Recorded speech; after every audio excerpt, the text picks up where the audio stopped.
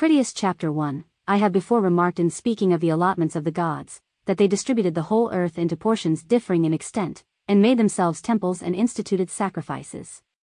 And Poseidon, receiving for his lot the island of Atlantis, begot children by a mortal woman, and settled them in a part of the island, which I will describe. Looking towards the sea, but in the center of the whole island, there was a plain which is said to have been the fairest of all plains and very fertile. Near the plain again, and also in the center of the island at a distance of about 50 stadia, there was a mountain not very high on any side. Chapter 2. In this mountain there dwelt one of the earth-born primeval men of that country, whose name was Evenor, and he had a wife named Leucippe, and they had an only daughter who was called Cleito. The maiden was growing up to womanhood, when her father and mother died. Poseidon fell in love with her and had intercourse with her, and breaking the ground, enclosed the hill in which she dwelt all round, making alternate zones of sea and land larger and smaller, encircling one another. There were 2 of land and 3 of water, which he turned as with a lathe out of the center of the island, equidistant every way, so that no man could get to the island, for ships and voyages were not yet heard of.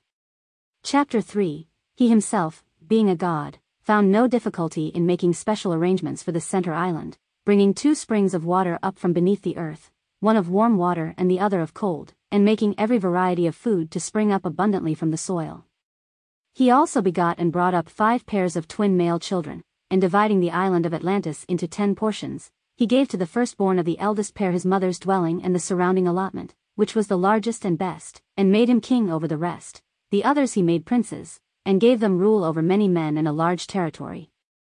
And he named them all. The eldest, who was the first king, he named Atlas, and after him the whole island and the ocean were called Atlantic. Chapter 4. To his twin brother, who was born after him and obtained as his lot the extremity of the island towards the pillars of Heracles, facing the country which is now called the region of Gades in that part of the world, he gave the name which in the Hellenic language is Eumelus, in the language of the country which is named after him, Gadeirus. Of the second pair of twins he called one Amphirs, and the other Avaemon. To the elder of the third pair of twins he gave the name Mneseus, and Autochthon to the one who followed him. Of the fourth pair of twins he called the elder Eleusippus, and the younger Mestor. And of the fifth pair he gave to the elder the name of Ozas, and to the younger that of Diaprepes. Chapter 5. All these and their descendants for many generations were the inhabitants and rulers of divers islands in the open sea, and also, as has been already said, they held sway in our direction over the country within the pillars as far as Egypt and Tyrrhenia. Now Atlas had a numerous and honorable family, and they retained the kingdom, the eldest son handing it on to his eldest for many generations, and they had such an amount of wealth as was never before possessed by kings and potentates, and is not likely ever to be again, and they were furnished with everything which they needed, both in the city and country. Chapter 6. For because of the greatness of their empire many things were brought to them from foreign countries, and the island itself provided most of what was required by them for the uses of life.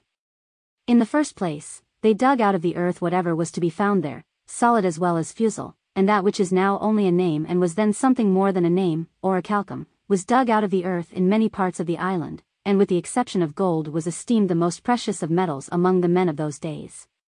And they were the first to hold sway over the whole island, and they controlled many other islands and parts of the continent, besides the regions on this side of the pillars as far as Egypt and Tyrrhenia.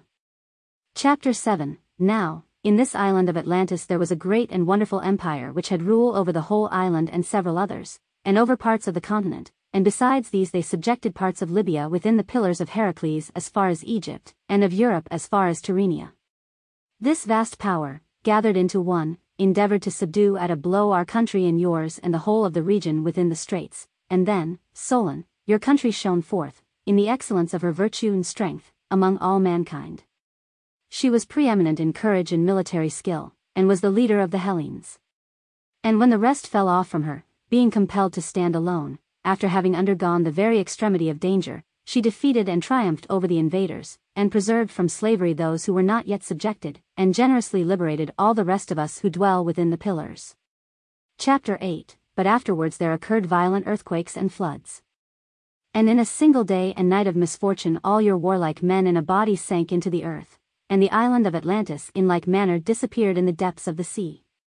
For which reason the sea in those parts is impassable and impenetrable, because there is a shoal of mud in the way, and this was caused by the subsidence of the island. Chapter 9. I have told you briefly, Socrates, what the aged Critias heard from Solon and related to us. And when you were speaking yesterday about your city and citizens, the tale which I have just been repeating to you came into my mind, and I remarked with astonishment how, by some mysterious coincidence, you agreed in almost every particular with the narrative of Solon, but I did not like to speak at the moment. For a long time had elapsed, and I had forgotten too much. I thought that I must first of all run over the narrative in my own mind, and then I would speak. And so I readily assented to your request yesterday, considering that in all such cases the chief difficulty is to find a tale suitable to our purpose, and that with such a tale we should be fairly well provided. The term warlike men, in the context of the Critias, refers to the military forces of Atlantis who were defeated by the Athenians in a great battle. The word warlike is derived from the Old English word warlik, which means fit for war or belonging to warriors. The term emphasizes the military strength and prowess of the men who fought for Atlantis. An alternative translation for warlike men, in this context, could be warriors or soldiers. This term highlights the military nature of the conflict between Atlantis and Athens and underscores the importance of military might in ancient societies. Certainly, here is the translation of Critias chapters 10 to 14 into English. Chapter 10. Now in this island of Atlantis there was a great and wonderful empire which had rule over the whole island and several others, as well as parts of the continent, and besides these they subjected parts of Libya within the straits as far as Egypt, and of Europe as far as Tyrrhenia. The result of their intentions to conquer the whole of Europe and Asia was staved off by the Athenians, as we have already related, for at that time the Athenians were the rulers of the sea, and the island of Atlantis was still in existence and was ruling over islands in the Atlantic Ocean. Chapter 11. In the island of Atlantis there was a confederation of kings, of great and marvelous power, which held sway over all the island, and over many other islands also and parts of the continent, and besides these, the men of Atlantis had subjected the parts of Libya within the columns of Heracles as far as Egypt, and of Europe as far as Tyrrhenia.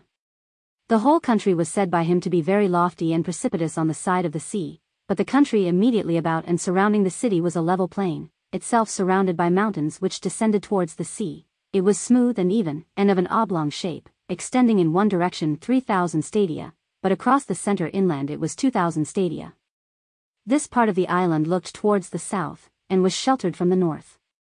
Chapter 12. The surrounding mountains were celebrated for their number and size and beauty, far beyond any which still exist, having in them also many wealthy villages of country folk, and rivers, and lakes, and meadows supplying food enough for every animal, wild or tame, and much wood of various sorts, abundant for each and every kind of work.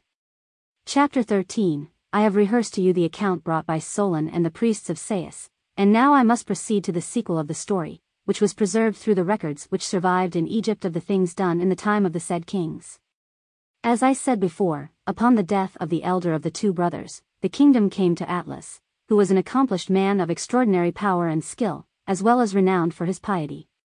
For his dwelling he had created a palace and a temple in the central island, near the center of the whole country, and he had established his control over the other 10 kingdoms. Chapter 14. To his twin brother, who was born after him, and obtained as his lot the extremity of the island towards the Pillars of Heracles, facing the country which is now called the region of Gades in that part of the world, he gave the name which in the Hellenic language is Eumelus, in the language of the country which is named after him, Gadeirus. Of the other 9 brothers, he gave to the firstborn the rule over Egypt and the neighboring Libyan territory, and the others he made kings of the various parts of the island. And they established laws for their several kingdoms and executed their ordinances, and they greatly expanded and magnified the power and splendor of their empire, till they made it the greatest in the world at that time. Chapter 15. Now, in the first place, they crossed the outer zone of sea, and then set out on the second voyage, which was designed to encompass the opposite continent. For this sea which is within the Straits of Heracles is only a harbor, having a narrow entrance, but the other is a real sea, and the surrounding land may be most truly called a continent. The whole region was said to be very lofty and precipitous on the side of the sea, but the interior plains were smooth and even, and full of beauty and goodness, being rich in all things, and blessed by the gods beyond any other land, and also by reason of its proximity to the islands in the sea. Chapter 16. For from above, the island of Atlantis was said to show its surface clad with wood of all varieties, both cultivated and uncultivated. And there were mountains, and there were vast plains, some of which were level, others were high, and in the middle of the plain there was a great hill, and in the middle of the hill there was a sacred enclosure dedicated to the local divinities, among whom Poseidon was the chief, and they surrounded his shrine with a wall of gold, and covered the interior with ivory. And there were many other temples, and also palaces, which were adorned with all sorts of rare and beautiful things, both within and without. Chapter 17. The quantity of the fruit and other produce which the ground provided was such that it was sufficient for maintaining a countless multitude of men and animals. And there were elephants in the island, and that in large numbers, for there was an ample food supply for them, which was furnished by the abundance of trees, of which they were very fond. And there were many other animals, both wild and tame, which were likewise nourished by the products of the soil. And there were numerous kinds of birds, and many varieties of waterfowl, which frequented the lakes and rivers. Chapter 18. In addition to the other things, the island of Atlantis also had a great number of navigable channels, which afforded an easy passage to the various inland parts of the island, and it was possible to navigate from one sea to the other, and to pass from the sea to the interior of the island. And thus, the island was furnished with all things which could supply the needs of life and civilization, and it was adorned with the most beautiful and splendid works of art and architecture. Chapter 19. The ruling power in Atlantis was in the hands of the 10 kings, and the government was a confederation of their respective kingdoms, each of them ruling over their own people, and at the same time acting in concert with their fellow kings for the common good of the whole island. The chief lawgiver was the god Poseidon, and he himself dwelt in a palace in the center of the island, which was constructed in a manner surpassing all others in beauty and magnificence. Chapter 20. The palace of Poseidon was surrounded by a wall of gold, and the interior was adorned with precious stones and all sorts of rare and beautiful things. In the center of the palace there was a shrine, dedicated to the god himself, which was adorned with a statue of Poseidon, made of gold, and holding a trident in his hand. And the walls of the shrine were covered with turquoise and other precious stones, and the roof was made of ivory and gold. Chapter 21. Outside the palace, there were gardens of exceeding beauty, full of all sorts of trees, and also of every kind of vegetable that is suitable for food or medicine. And there were also fountains, both of cold and hot water, which were adapted for use in summer and winter. And there were baths, both of cold and hot water, which were of most exquisite workmanship, and supplied with water from springs, some of them salt and some of them sweet. Chapter 22. The whole island was a marvel of beauty and goodness, and it was blessed with a climate that was both mild and healthful, and with a soil that was fertile beyond measure. And the inhabitants of Atlantis were a mighty and warlike race, and they were possessed of a power which was second to none in the world at that time. And their civilization was of such a high order that it was the envy of all who knew of it. Chapter 23. Now, when the time came for Atlantis to rule over many islands and parts of the continent, they established laws for the various cities and assigned to each of them their own separate government. They also built many temples and other public edifices, and adorned the city with all sorts of tests of wealth and beauty. They constructed a bridge that was 100 feet wide and 50 stadia long, connecting the outermost ring of land with the central island, and over this they built towers and gates. They also dug a canal that was 300 feet wide, 100 feet deep, and 50 stadia long, which they used to connect the city's port with the outermost ring of land, and through this canal they brought down ships from the outer sea to the inner sanctuary of Poseidon. Chapter 24. They also built docks and naval shipyards, and their navy was composed of 400,000 men and 1,200 ships. They divided their military forces into 10 sections, with the king himself commanding the first, and they used chariots and elephants in battle. They also had a great number of horsemen, and the island itself was densely populated. The plain surrounding the city was cultivated, and produced crops of all kinds in abundance. Chapter 25. They also had many flocks of sheep and herds of cattle, and with these they made offerings to the gods and provided feasts for the people. They had a calendar of 12 months based on the movements of the sun, and the seasons were divided accordingly. They also had laws and customs that were established by their ancestors, which they followed strictly and with great care. Chapter 26. But as time went on, the Atlanteans became increasingly greedy and corrupt, and their laws became more and more oppressive. They began to conquer neighboring lands and enslave their people, and they even attempted to invade the land of Egypt and Europe. However, they were ultimately defeated by the Athenians, who led a coalition of other city-states in a great battle that brought an end to the empire of Atlantis. After the battle, the city of Atlantis sank into the sea and disappeared, leaving behind only a memory of its former glory.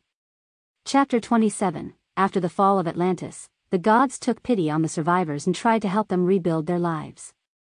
They sent down floods and earthquakes to cleanse the earth of the wickedness that had brought about the destruction of Atlantis, and they also bestowed gifts of wisdom and knowledge upon those who were worthy. Some of the survivors migrated to other lands, while others stayed on the islands that had been spared from the cataclysm. They formed new communities and established new cultures, but they never forgot the lessons of their past, and they always remembered the greatness of Atlantis. Chapter 28. In the centuries that followed, many legends and myths were told about Atlantis. Some claimed that it had been a utopian society, where all were equal and all lived in harmony with nature. Others spoke of its advanced technology and its mastery of the elements. Still, others claimed that its downfall had been the result of its hubris and its defiance of the gods. But despite the many different versions of the story, one thing remained constant: the memory of Atlantis served as a warning to all who would dare to challenge the power of the gods. Chapter 29. And so, my dear Socrates, I have told you the story of Atlantis, as it was told to me by my ancestors. Whether it is true or not, I cannot say for certain, but I do believe that there is some kernel of truth in it. For even if Atlantis itself never existed, the story of its rise and fall is a reflection of the rise and fall of all great civilizations. And it serves as a reminder that no matter how great our achievements may be, we are always at the mercy of the gods, and that we must always strive to live in harmony with nature and with each other, lest we suffer the same fate as Atlantis.